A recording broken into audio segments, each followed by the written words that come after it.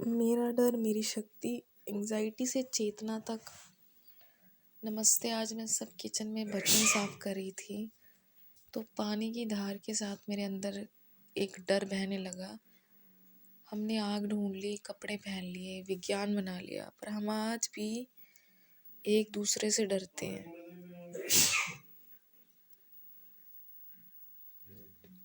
मेरे अंदर एक ऐसी एंग्जाइटी है जो किसी को नहीं दिखती, पर वो मुझे अंदर ही अंदर से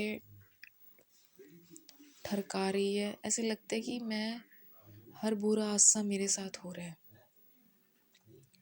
सब कहते हैं हर चीज़ माँ सरस्वती से शुरू होती है, विद्या और ज्ञान। पर आज मेरी बुद्धि थक चुकी है। न्यूज़ देखकर, रेप केसेस और हिंसा की खबरें सुनकर मेरी बुद्धि जवाब दे रही है। पर माँ सरस्वती का एक रूप विवेक भी है, सही और गलत को पहचानना। अपनी इस घबराहट को एक आवाज़ देना चाहती हूँ, क्योंकि चुप रहना सबसे बड़ा पाप है। माँ काली डर कांत। लोग कहते हैं मुझे डर लग रहा है, पर जब डर हद से बढ़ जाए तो वो माँ काली का रूप ले लेता है। काली माता वो है जो राक्षसों के अंत करने के लिए डर से ऊपर उठ गई थी। जो मेरे अंदर का डर है वही मेरी शक्ति बनेगा। अगर मुझे लगता है कि कोई किसी का नहीं है तो मुझे खुद अपना बनना होगा। अपनी सुरक्षा और अपने सम्मान के लिए मुझे अंदर की काली को जगाना होगा। जब हम कहते हैं कि हॉस्टल की लड़कियां या पड़ोसी हमारे नहीं हैं तो हम अकेले पड़ जाते हैं। माँ दुर्गा तब बनती है जब सबकी शक्तियाँ एक हो जाती हैं। ये पॉडकास्ट उन सभी लड़कियों के लिए है जो मेरी तरह किचन में खड़ी कांप रही हैं। हम अकेले नहीं हैं, हमारा डर एक है, इसलिए हमारी लड़ाई एक भी होनी चाहिए।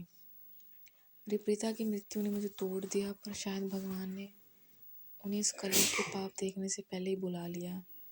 महालक्ष्मी सिर्फ ध्यान नहीं है, आत्मा बल है, और माँ गायत्री वो प्रकाश है जो एंग्जाइटी के अंधेरे को चीर देगा। हमें सुनना होगा कि वो कहानियाँ नहीं है जो किताबों में है, बल्कि वो जो हमारे अंदर दबी हुई है। इस डर को अब दबाऊंगी नहीं, इसे लिखूंगी, बोलूंगी, क्योंकि जब तक हम बोलेंगे नहीं तब तक मिडिल क्लास प्रोसेस कभी बदलेगा नहीं। हम इंसान हैं और हमें फिर से एक नया आविष्कार करना होगा इंसानियत का।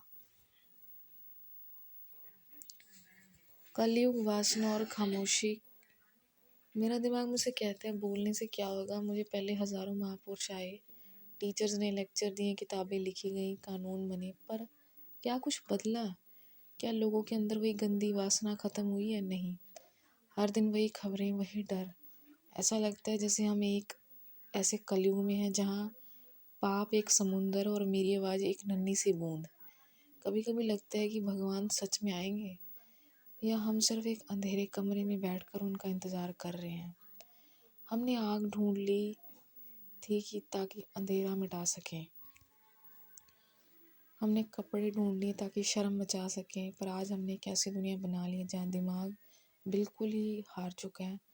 मैं भी इस कलयुग का हिस्सा हूँ, मैं भी इस डर में जी रही हूँ, पर क्या हिस्सा होने का मतलब है कि हार मान लेना?